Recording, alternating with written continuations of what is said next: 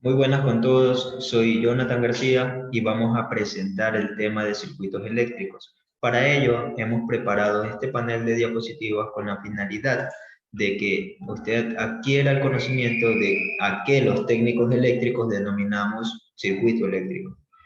Entonces, un circuito eléctrico simplemente son dispositivos que se encuentran ordenados y los cuales están interconectados entre sí por medio de conductores. La finalidad de un circuito eléctrico es aprovechar la energía eléctrica y transformarla en otro tipo de energía. Entonces, los temarios que vamos a tratar en este panel de diapositivas son los siguientes. Tenemos elementos de un circuito básico. Los elementos de un circuito básico son el generador, el conductor y la carga. Ya veremos a continuación en las siguientes diapositivas qué es cada una de estas cosas. Les puedo adelantar que los elementos deben comunicarse entre sí por medio de algo. Entonces, los conductores eléctricos son los que son encargados de realizar este tipo de comunicación. También tenemos como segundo punto la seguridad en los circuitos eléctricos, ya que nosotros ponemos la vida en juego cuando utilizamos o manipulamos circuitos eléctricos. Por ello, es primordial que usted entienda cómo funciona un circuito eléctrico y los riesgos que corre al manipularlo. Entonces, si usted trabaja con un tipo de prevención alta y en frío, como se denomina, eso quiere decir que no está energizado el circuito, corre un riesgo mínimo de sufrir algún tipo de accidente. También tenemos como tercer punto el peligro ante un mal dimensionamiento de los alimentadores de un circuito eléctrico. Mi compañero presentará cuáles son las variantes que usted debe considerar a la hora de calcular el dimensionamiento de un alimentador. Entonces, como primer punto tenemos los elementos de un circuito eléctrico básico. Definición. Un circuito eléctrico es un conjunto de elementos interconectados entre sí que permite generar, transportar y utilizar energía eléctrica con la finalidad de transformarlo en otro tipo de energía, como ya lo dijimos. Es decir, imaginen la energía eléctrica que es producida en las hidroeléctricas que están a miles de kilómetros, bueno, cientos de kilómetros de aquí, de sus hogares, y llega hasta su casa. Esta energía eléctrica es transportada desde la fuente generadora, que serían las hidroeléctricas, por medio de cables de alta tensión, son los cables que nosotros vemos, y las torres en sí que generan este tipo de energía. Entonces, cuando nosotros utilizamos ya sea la luz de un foco o la comida que está en el refrigerador y ha sido congelada por medio del enfriamiento del equipo, o una cocina eléctrica, está utilizando usted energía eléctrica y la está transformando en otro tipo de energía con la finalidad de realizar un trabajo, ¿verdad? Entonces, en la cocina de inducción, la finalidad es transformar la energía eléctrica en calor para poder cocer los alimentos y incluso el agua que esté hierve para tomarse un café. Entonces, debe tener esto en consideración, ¿verdad? Como dice también la bombilla, usted toma la energía eléctrica y la transforma a energía luminosa. Ya, este proceso lo realizamos para poder ver durante la noche, ya que nuestros ojos no tienen la capacidad de poder ver de una forma clara en la oscuridad. Entonces, para eso se diseñó el foco, ¿verdad? Y también energía mecánica como un motor. Nosotros podemos tranquilamente, una bomba es una carga que consume energía eléctrica y la transforma en energía mecánica. ¿Cuál es la finalidad de la bomba? Es impulsar el agua a través de un sistema de riego, ¿verdad? Entonces nosotros utilizamos energía eléctrica, que es lo que consume la bomba, para transformarla en energía mecánica, ¿verdad? Entonces, tenemos de forma básica, un circuito está conformado por un generador, un conductor y una carga, como ya lo habíamos mencionado, ¿verdad? Entonces, en la imagen que tenemos aquí, nosotros presentamos un foco que vendría a ser la carga. La carga va a ser todo dispositivo que consuma la energía eléctrica y la transforme en otro tipo de energía, ¿verdad? Entonces el foco vendría a ser una carga eléctrica, ¿verdad? También tenemos la batería. La batería en este caso vendría a ser el generador, ya que el foco comienza a consumir la energía de la batería para transformarla en energía luminosa. Entonces, el foco vendría a ser la carga y la fuente o el generador vendría a ser la batería o pila, en este caso. La tenemos aquí abajo, ¿verdad? Y los conductores son los cables que conectan el circuito, ya que recordemos que la energía eléctrica como tal fue definida que sale del polo positivo, atraviesa a la carga, recorre por medio de los conductores, atraviesa la carga y regresa a la batería, es decir, regresa a la fuente. Todo circuito eléctrico, cuando se refiere a que la energía sale del circuito, atraviesa la carga y regresa a la batería, estamos hablando de un circuito cerrado. Obviamente el nombre nos indica que es un circuito cerrado, ¿verdad? Entonces, si nosotros tuviéramos algún tipo de interrupción en los cables o conductores, entonces estaríamos hablando de un circuito abierto, ¿verdad? Entonces, imagina que este cable está roto en algún lado, por ahí. Se encuentra roto aquí, Paco. Entonces, al encontrarse roto este cable, ya la energía eléctrica que comienza a salir de la fuente ya no recorrería toda la carga porque llega hasta aquí y ya no puede seguir atravesando el circuito. Entonces, estamos hablando en este caso de un circuito abierto, ¿verdad? Entonces, son pequeños detalles que hay que tener en consideración. Continuamos.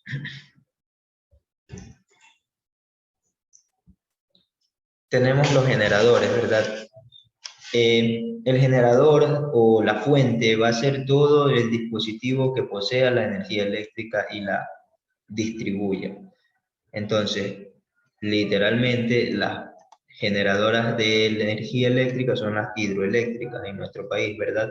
También existen generadores térmicas y termonucleares, pero las hidroeléctricas son las más importantes en nuestro país.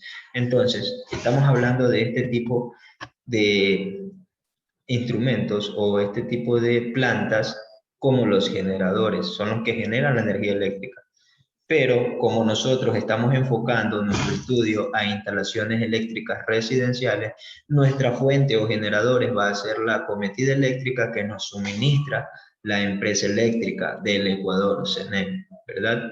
Entonces, porque nosotros como técnicos eléctricos podemos realizar trabajos desde la acometida hacia adentro, porque desde la acometida hacia afuera, como vemos en el dibujo, eso ya compete a la empresa que distribuye el servicio. Entonces, a nosotros nos compete desde aquí para adentro. Todo esto es nuestra área de trabajo. Y la empresa eléctrica como tal vendría a ser desde aquí para afuera. Todo esto ya es trabajo de la empresa eléctrica. Usted no puede manipular, no debería manipular la acometida eléctrica ni ningún otro tipo de sistema que esté fuera de su vivienda, porque podría ocasionar que le llegue una sanción o una multa, ya que los únicos que están habilitados y capacitados para manipular este tipo de elementos como un transformador o la acometida eléctrica como tal que se encuentra energizada en todos los casos, eh, es solo los técnicos de la empresa eléctrica. Ellos son los encargados de manipular este tipo de energía. Como les digo, para nuestro efecto de instalaciones eléctricas vamos a considerar como la fuente o generador la acometida eléctrica. Cuando digo la acometida eléctrica me refiero exclusivamente a este punto que llega aquí. Este punto que llega desde aquí es el que nosotros vamos a considerar como nuestra fuente de energía eléctrica, ¿verdad? Entonces, esos son puntos que tenemos que tener en consideración para continuar el desarrollo de las actividades que vamos a presentar a continuación, ¿verdad? Entonces, vamos a seguir analizando los elementos que conforman el circuito eléctrico. Entonces, como segundo punto tenemos los conductores eléctricos. En este caso, les hemos adjuntado una pequeña tabla de los conductores más comunes que usted encuentra en los hogares, que en nuestro medio generalmente lo conocemos por calibre o AWG, como lo vemos en la tabla, pero también en la nomenclatura europea generalmente lo nombran con diámetro, o sea, el diámetro que se encuentra en milímetros, que lo vemos en la parte derecha de la tabla, ¿verdad? Entonces, me estoy refiriendo a estos valores. Este es el calibre AWG, o como comúnmente nosotros lo conocemos aquí, como véndame un cable número 12, un cable número 10, ¿verdad?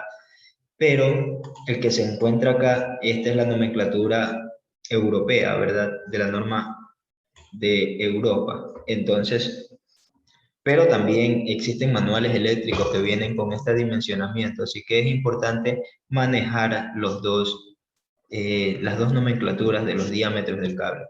Sin embargo, no es importante que usted se lo sepa de memoria, porque usted puede encontrar estas tablas en internet. Usted simplemente digita calibre de los conductores y le va a salir una tabla mucho más extensa, incluso mucho más detallada, donde le van a aparecer muchos más calibres, porque después del 6 sigue el número 4, el 2, el 0, un 0, 2 0, 3 0 y así, ¿verdad? Y para arriba tenemos el 18, 20, 22, 24 hasta el 29, 30, ¿verdad? Entonces, en internet puede adquirir estas tablas y son gratis, usted las descarga en las imágenes, ¿verdad?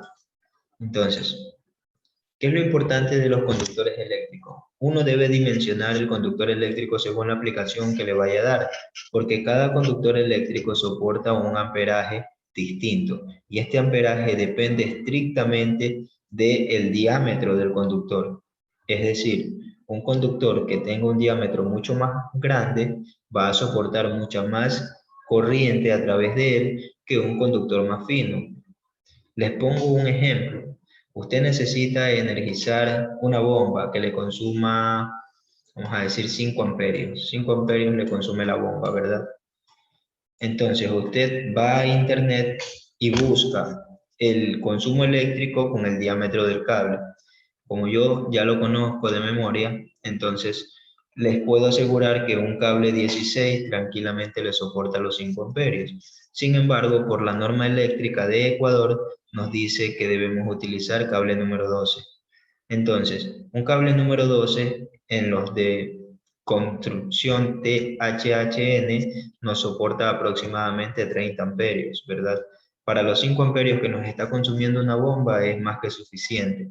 Sin embargo, la norma eléctrica del Ecuador nos exige que nosotros instalemos cable número 12. Incluso en nuestros hogares, cuando nosotros hacemos las instalaciones eléctricas, ya sea de toma corriente o de luces, nos exigen que debamos utilizar cable número 12 y con el respectivo código de color, ¿verdad? Respetando el código de colores de los cables. Entonces, eso es importante a tener en cuenta. Dependiendo de la aplicación que se le vaya a dar, usted utiliza el calibre del cable, ¿verdad? Y otra cosa importante es que el breaker que usted separe para el circuito eléctrico, debe ser del calibre del cable, ¿verdad? Entonces, vamos a eliminar esto y cerramos aquí, listo. Entonces, eso es lo importante de los conductores. Usted debe saber dimensionar el conductor para la aplicación que usted vaya a dar. Tenemos dos tipos de conductores. Tenemos conductores sólidos y conductores flexibles, o cable sólido y cable flexible, que es lo que comúnmente uno conoce. Usted va a la ferretería y pide, deme un cable sólido número 12, o deme un cable flexible número 14, gemelo, cable gemelo. Esos son cables flexibles o cables sólidos. ¿De qué depende? En realidad, el nombre técnico del cable es como se encuentra entre paréntesis. El cable sólido es unifilar porque tiene un solo hilo. Y el cable flexible es multifilar porque tiene muchísimos hilos. Y al hacer una construcción de muchísimos hilos, eso es lo que nos da la propiedad del que el cable sea flexible, ¿verdad? Pero en cambio, este señor de acá arriba, este señor sólido, solo posee un hilo y al poseer un solo hilo, eso nos provoca que el cable sea mucho más rígido. Cuando usted hace una instalación eléctrica, ya sea de un foco o de un toma corriente, lo que sea, es preferible utilizar cable flexible porque es más fácil de manipular a la hora de hacerlo circular por medio de el recorrido de ductos, o sea, por medio de los tubos eléctricos por donde va a circular el cable. Sin embargo, usted puede utilizar cualquiera de los dos. Lo único que debe respetar es el amperaje que soporta el cable y esto, como les digo, lo puede encontrar usted en internet en cualquiera de las tablas que usted busque, ¿verdad? Entonces,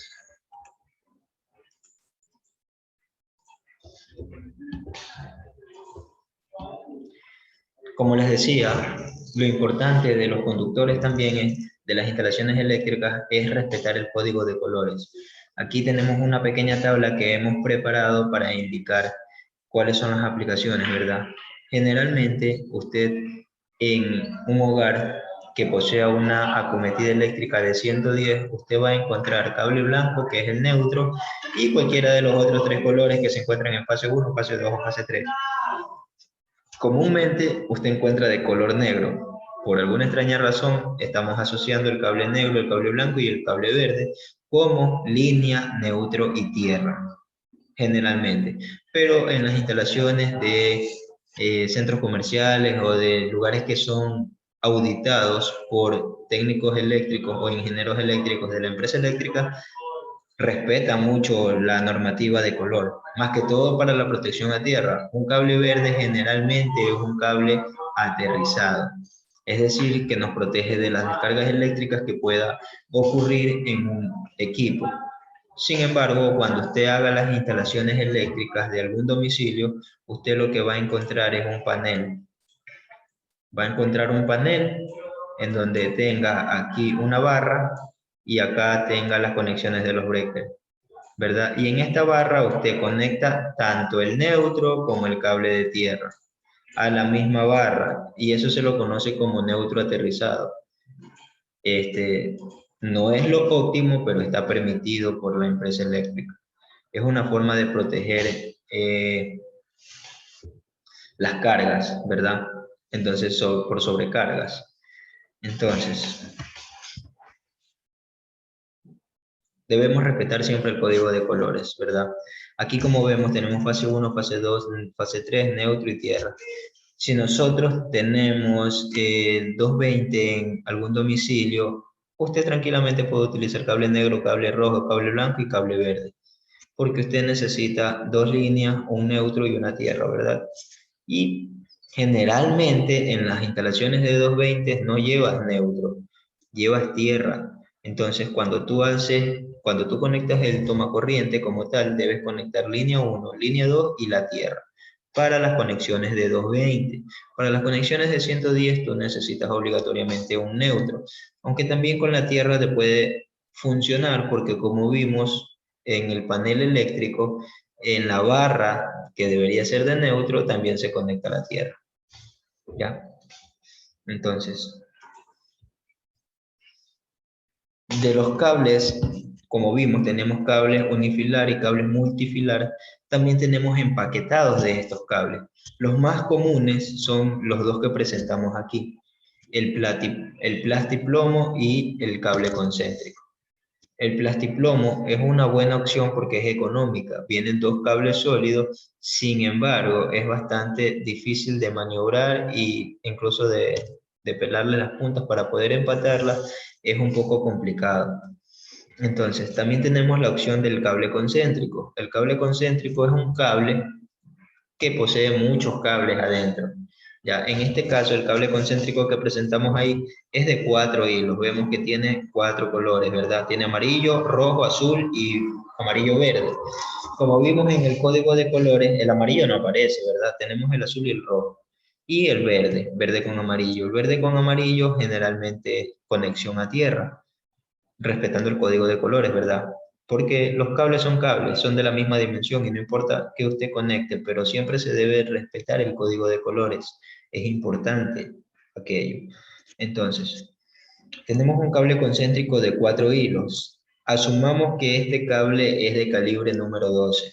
Entonces nosotros tenemos un cable concéntrico 4 por 12, ¿verdad? Así es como nosotros lo pedimos a donde vamos a comprar el cable. Debemos pedir un cable concéntrico 4 por 12 y el tendero, el ferretero, le va a vender un cable concéntrico 4 por 12. Ellos ya lo conocen, ¿verdad? También el plastiplomo. Usted pide un cable plastiplomo y ya se lo dan. Vienen en medida de 14, 12, 10 y 8. De verdad, la verdad no he visto de mayor dimensión, pero puede existir, ¿verdad? Esos son los más comunes. Entonces, la ventaja de este tipo de cables es que puede usted instalarlos al ambiente, ¿verdad? Usted puede instalarlos al aire libre, soportar sol, soportar lluvia y esos cables no se rompen normalmente. Esos cables son hechos para trabajo a la intemperie. Luego hemos terminado la parte de los conductores y tenemos lo que llamamos comúnmente carga. La carga eléctrica es todo lo que tome la energía eléctrica del punto donde usted lo conecte, del tomacorriente o del panel, de donde usted lo conecte, pero toma la energía eléctrica y la transforma en otro tipo de energía. Por ejemplo, el televisor y la computadora lo transforman en energía lumínica, que es la que nosotros recibimos a través de los ojos y nuestro cerebro procesa la información de la energía lumínica que le está llegando y vemos las imágenes que vemos. Entonces, la lavadora lo transforma en energía mecánica porque usted necesita mover ese tanque para poder lavar, ¿verdad? Entonces, la lavadora transforma la energía eléctrica en energía mecánica, ¿verdad? Entonces, también tenemos ahí una cocina de inducción, tenemos un microondas, la cafetera la transforma en energía térmica porque necesita calentar el agua para que producir el café, ¿verdad? Entonces, la refrigeradora transforma la energía eléctrica en energía calorífica, energía térmica también. Simplemente ella retira el calor de los ingredientes o el alimento que usted meta dentro de la refrigeradora. Lo importante es que todos estos consumen energía eléctrica y la transforman en otro tipo de energía, por eso son denominados cargas eléctricas. Cuando usted selecciona un conductor, un cable, usted lo selecciona debido a la corriente que consuma la carga, ¿verdad?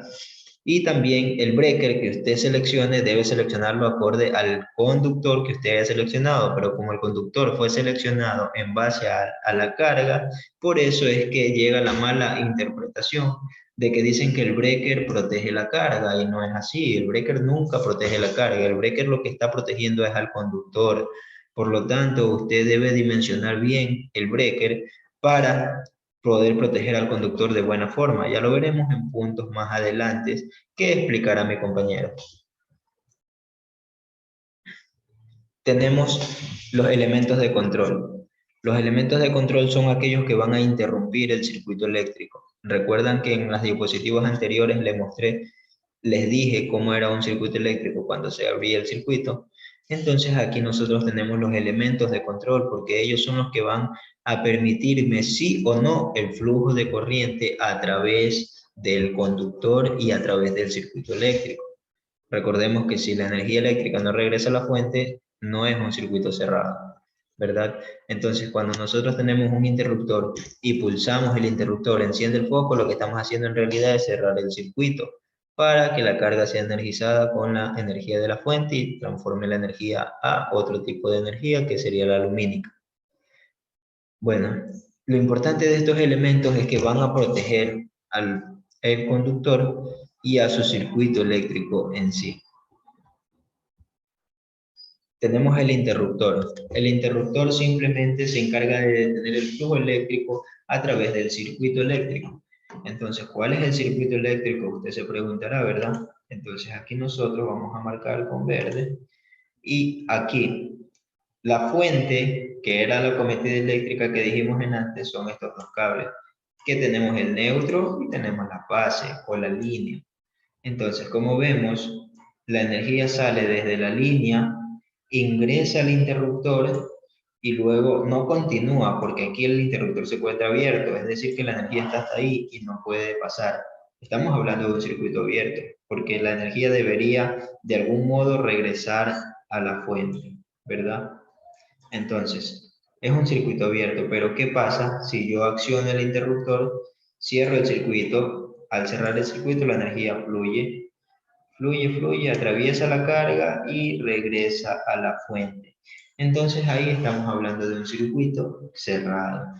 Entonces, el interruptor simplemente es un dispositivo de control que me va a permitir controlar el encendido y el apagado de ese foco, con la finalidad de, obviamente, encender y apagar el foco y iluminar o oscurecer la habitación en la cual nos encontremos.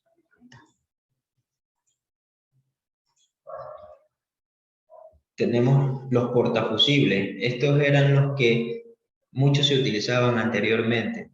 Usted cogía y compraba un fusible, dependiendo de la cantidad de amperaje que va a soportar el circuito eléctrico, el principal, usted cogía y ponía ese fusible y lo enrollaba en estos terminales aquí así. Aquí uno y acá otro. ¿Ya? La finalidad era que si existía una sobrecarga, estos terminales se rompían. Entonces aquí se rompían esos fusibles, se rompían, los fusibles como tal se rompían, ¿verdad? A ver. Ya, ahí. Entonces aquí se rompía el cable, simplemente ya no pasaba energía ni para allá ni para acá porque este cable estaba roto. ¿Ya? Entonces no había flujo de energía, por lo tanto volvemos al circuito abierto. Tenemos un circuito abierto por el cual no está fluyendo energía eléctrica. Y así simplemente, cada vez que se dañaba el fusible, usted debía reemplazar el fusible. Si usted compraba un fusible de mucho menor amperaje que el de la carga, obviamente no iba a proteger y entonces se rompía el fusible. Por eso debía usted dimensionar bien el fusible. Y lo mismo sucede con el cable, solo que el cable tiene una resistencia mucho mayor. Por eso no se rompe, pero sin embargo el cable se calienta. Y al calentarse el cable, usted puede provocar algún tipo de incendio, porque el cable se está calentando y se funde el material aislante y ese se derrite como plástico. Y si usted está en un lugar inflamable, esos cables, se generó el incendio. ¿Ya? Entonces es importante dimensionar bien.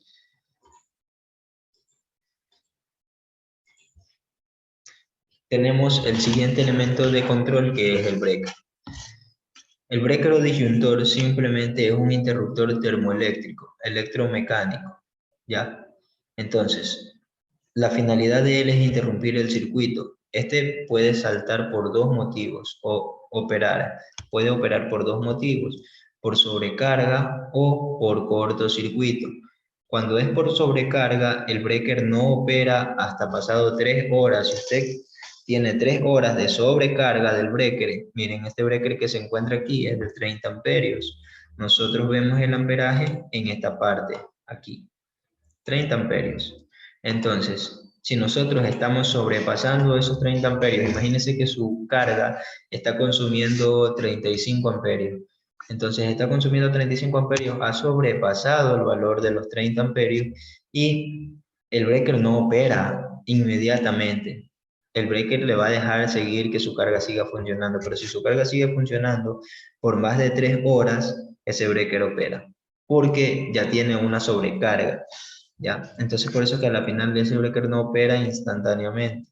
Sin embargo, si viene un cortocircuito, imagínense que se le quemó la refrigeradora y hay un cortocircuito, el breaker salta inmediatamente y protege no a la carga. Eso es un efecto colateral porque él protege al conductor, ya que al haber un cortocircuito, la corriente que existe en el circuito es tan elevada que funde el conductor. Pero esta corriente, al ser tan elevada, instantáneamente el fusible se calienta, el breaker y ¡pac! Salta. Y ahí es cuando se tripea, como decimos los eléctricos, el breaker. Entonces, para usted resetear el breaker, debe bajarlo hasta la posición de off y lo puede volver a subir. Pero obviamente va a volver a tripearse, porque usted no ha solucionado el problema de la refrigeradora. Al final, usted desconecta la refrigeradora y apaga el breaker y lo vuelve a subir y ya opera normalmente.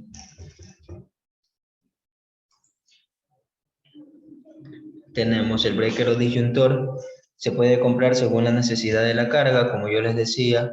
pero obviamente eso se deben es a las líneas, ¿verdad? Deben dimensionarlo para las líneas. Si usted pone un cable número 10 que le soporta 40 amperios, usted debe poner un breaker que le soporte los 40 amperios. Entonces, nosotros tenemos que los breakers, aquí como dicen, tienen un breaker de 2 polos y de 20 amperios. Nosotros sabemos que es de 2 polos porque existen dos breakers ahí. Entonces aquí hay un breaker y aquí hay otro, ¿verdad? Está conectado, obviamente, es todo esto. Y todo esto de acá es otro breaker. Usted viene con sus cables y usted los cables los conecta es aquí. Aquí conecta un cable y acá conecta otro cable y acá en la salida, al final si este es un breaker de caja, tiene unas vinchas aquí atrás. Pero si es un breaker sobrepuesto, tendrá otros terminales de la misma forma acá donde usted conectará ahí los dos cables. ¿Ya? Entonces, nosotros tenemos este breaker es de 2 polos porque tenemos dos conexiones. Cuando el número de polos depende del número de conexiones. Dos polos y tenemos un breaker de 20 amperios porque aquí nos está diciendo que es de 20. Entonces nosotros tenemos un breaker de 20 amperios y dos polos. Generalmente utilizados para aire acondicionado son los usos más comunes que se le dan a estos breakers. ¿Cómo ver el amperaje de un breaker? Lo acabamos de ver, ¿verdad? Viene marcado en esta instancia o también viene marcado aquí, ¿ya? Entonces, aquí nos está diciendo que es de 20 amperios. ¿De cuántos polos es esto de aquí? Un solo polo porque solo tiene una conexión. Entonces, es un breaker de un solo polo de 20 amperios. Lo mismo para este señor que está acá, es de 15 amperios, pero es de un solo polo porque tiene una sola conexión, ¿verdad? Entonces, a tener en cuenta eso, por favor.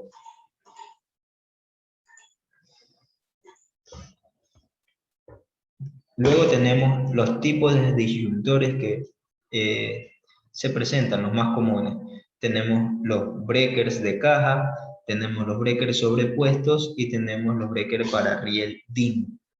Ese es un tipo de riel que generalmente se utiliza en la industria. Esos breakers son más utilizados en la industria, pero pueden ser utilizados en los hogares.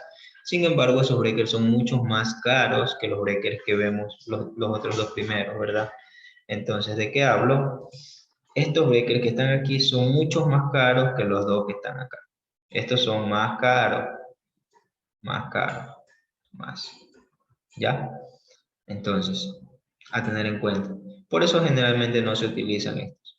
Además, usted en el domicilio, en donde vaya a hacer la instalación, va a encontrar un panel de breakers. Entonces, usted necesita comprar breakers que son para caja, para la caja de breakers.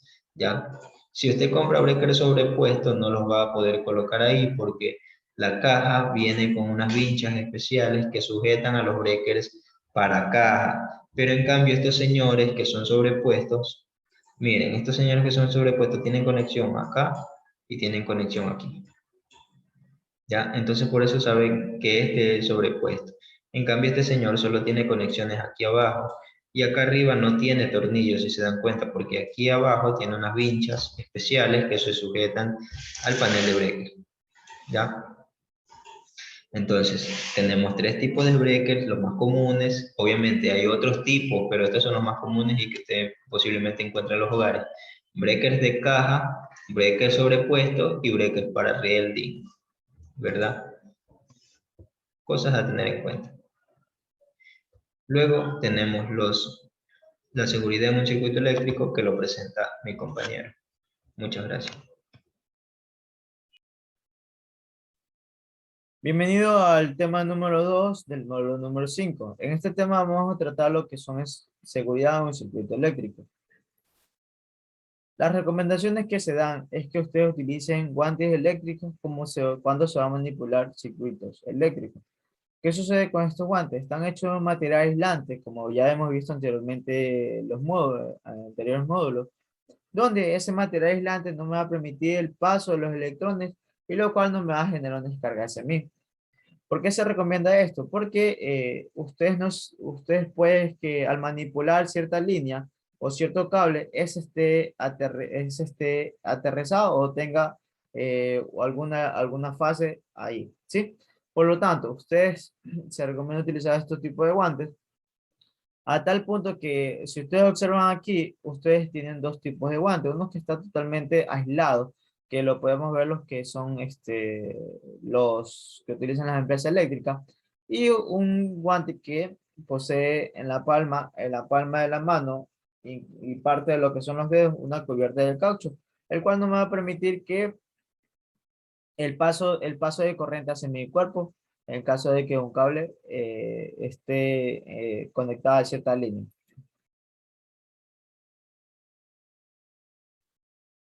Este otro punto deben tenerlo bien en cuenta, ajustar bien los terminales. ¿Por qué se debe ajustar bien los terminales? Porque a usted no le ajustarlo bien los terminales, esto provocará que el cable se suelte. Ese cable suelto puede toparme otro cable y al momento de toparse ambos cables puede generar un corto y al mismo tiempo puede provocar un incendio. Eso ustedes deben tener en cuenta y verificar que los terminales estén bien apretados. Vemos como en la segunda imagen han utilizado un terminal, pero ese terminal al momento de poncharlo se ha suelto. Pero en el caso de los que nosotros vamos a manejar, normalmente utilizados vienen con elementos de tornillos. Para hacer esta conexión correcta entre cable y tornillo, nosotros tenemos que verificar algo. La posición del cable con respecto al tornillo. Si nosotros tenemos nuestro tornillo, nosotros tenemos que girarlo hacia la derecha, el cable, ¿sí? Vamos a enroscar hacia la derecha el cable. Y una mala conexión sería nosotros enroscar el cable hacia la izquierda. ¿Por qué se hace esto hacia la derecha? A medida que nosotros vayamos apretando, el cable se va a ir ajustando acorde a lo que nosotros vayamos apretando. Pero si nosotros enroscamos el cable hacia la izquierda, ese cable, si nosotros vamos a ir apretando, se va a ir abriendo. Y esto provocará una mala conexión a tal punto que provoque que el cable se suelte y como ya lo mencionaba anteriormente, puede entrar en contacto con otro cable y al mismo tiempo un cortocircuito y provocar un incendio donde ustedes vayan a realizar un trabajo. Este es un punto que tienen que tener bien en cuenta, realizar un buen dimensionamiento para los conductores. Si ustedes no realizan buen dimensionamiento para los conductores, ustedes van a tener repercusiones en su proyecto. ¿Qué sucede con esto? Si si nosotros vemos que la línea que nosotros vamos a manejar no soporta no corriente con respecto a nuestro cable, nosotros no debemos meterle un cable, debemos meterle un cable que vaya a soportar la corriente que se va a manejar en esa línea. ¿Por qué sucede con esto? Si ustedes tienen un mal dimensionamiento, ustedes a la final el cable se sobrecalentará porque no va a soportar la corriente que nosotros vamos a manejar. Se va a calentar y a tal punto ese calentamiento provocará que nuestro elemento, como está envuelto en caucho, se derrita o al mismo tiempo provoque o genere un cortocircuito en nuestras instalaciones. Evitar en medida de lo posible los empates de cable, mucho más si son de tipos diferentes. Vemos que nosotros al analizar un punto a otro, vamos a necesitar empalmar. ¿Qué sucede con esto? Es recomendable evitar lo más posible esos empalmes. Y si ustedes lo llegan a utilizar, tiene que ser la misma medida del cable. Eso se lo recomienda en el caso de que ustedes vayan a empalmar. Y que no sean diferentes con respecto a la estructura. Pues vamos a tener, como ya se lo había mencionado anteriormente mi compañero, vamos a tener varios tipos de cables. Entre los cables que vamos a tener son flexibles y sólidos. No, ustedes, por ejemplo, ustedes no pueden conectar, no es recomendable que ustedes conecten un cable, por ejemplo, sólido, a un cable flexible, a un cable sólido. ¿Qué sucede con ese cable? Ustedes van a provocar que no se conecte de la forma correcta y esto va a repercutir en su proyecto. Nosotros debemos revisar nuestras instalaciones como quedaron. Y al mismo tiempo las instalaciones que nosotros llegamos a hacer, vamos a revisar los elementos en qué estado están. Por ejemplo, si ustedes si ustedes van a hacer un proyecto o van a hacer una instalación, ustedes tienen que verificar qué elementos tienen. Si ustedes tienen una caja o un interruptor donde ven que han utilizado una caja metálica y ven que hay óxido en la parte de su caja, si ustedes deberían recomendar que esa caja se la cambien. Por cualquier otra caja, esa caja se debería cambiar. Porque esto puede generar que nuestros elementos se deterioren con mayor facilidad. Recuerden que nosotros estamos en la costa. Y al estar en la costa, nuestros elementos van a tender a oxidarse con mayor rapidez con respecto a la sierra. Además, si ustedes encuentran estos tipos de cables, como lo llaman aquí, estos cables sueltos, tipo color celeste, esos cables están sulfatados. ¿Qué sucede con esos cables sulfatados? Deben cambiarlos totalmente. Al ustedes tener esos cables sulfatados, ustedes van a tener riesgo de que eso en cualquier momento eh, se dañe, explote o provoque un incendio. Y eso ustedes van a tener eh, que verificar esa situación antes de dar un visto bueno en las instalaciones. Recuerden, elementos en buen estado tienen que estar y los cables no tienen que estar sulfatados para nosotros realizar esas instalaciones. En esta parte de este módulo, nosotros vamos a entrar el tema 3, donde vamos a ver los peligros ante un mal dimensionamiento de los alimentadores de circuitos eléctricos. ¿Qué es un alimentador eléctrico? Son todos los cables entre el interruptor principal y los subtableros de distribución. Como ustedes ven, nosotros en este caso vamos a tener alimentación de dos líneas y una neutro, la cual me da la empresa eléctrica hacia mi acometida. Esta acometida va a estar en nuestro medidor. Si ustedes van en la parte de su casa o donde ustedes, cualquier caso, cualquier centro que ustedes vean, ustedes van a tener lo que es el medidor. Donde nosotros ya lo hemos visto anteriormente, lo hemos chequeado cómo es, igual ya se lo voy a mostrar. Aparte de eso, nosotros vamos a tener lo que es nuestro interruptor principal y nuestro subtablero de distribución. ¿Sí? Ok. Aquí vamos a tener nuestros alimentadores principales de la instalación. ¿Sí? Aquí cabe recalcar que nuestros alimentadores principales y nuestro alimentador principal y nuestro interruptor principal, eso deben tener mayor dimensión de los cables con respecto a partir de nuestro tablero de distribución. ¿Por qué? Porque ellos soportan mayor corriente, ¿sí? Y en la otra, nosotros debemos tener igual acorde a nuestro breque. La medida del breque igual, eso se la va a dar después. Así que por el momento ustedes deben tener en cuenta que deben tener un buen dimensionamiento. ¿Qué va a provocar las dimensiones de un alimentador? ¿De qué va a depender? ¿De qué va a depender? Esa es la pregunta que ustedes se hacen, ¿no? Entonces, la carga calculada según los datos de los circuitos. Ustedes van a realizar ciertos cálculos que lo van a permitir establecer cuánto ocupa de carga este sector, cuánto ocupa de carga este sector, cuánto ocupa de carga esta sección. Toda esa total de carga nos va a permitir establecer nuestro breque principal a tal punto de que, según los datos que nosotros hayamos obtenido, vamos a poder dimensionar nuestro alimentador. ¿Qué también nos va a depender? Ustedes van a preguntar a sus clientes. ¿Qué van a preguntar? ¿Saben qué? Ustedes a futuro quieren comprar otros electrodomésticos, quieren establecer otras cosas, quieren, yo qué sé, ampliar, ¿sí? Cualquier cosa que genere carga. ¿Qué son? Recuerden que ya hemos visto anteriormente, qué son los elementos de carga? Los elementos de carga son cualquier dispositivo que consume electricidad, ¿sí?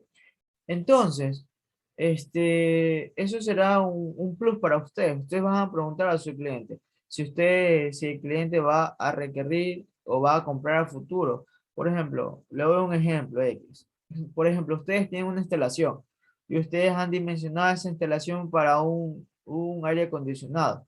Y al final, un aire acondicionado y una refrigeradora. Al final, el cliente va a querer hacer una estructura y va a meter 3 aire acondicionados más y va a meter 2 refrigeradoras más. Ustedes deberían eso preguntar, si a futuro nuestro cliente va a aumentar la carga en su hogar o donde nosotros hayamos utilizado o hayamos implementado este circuito.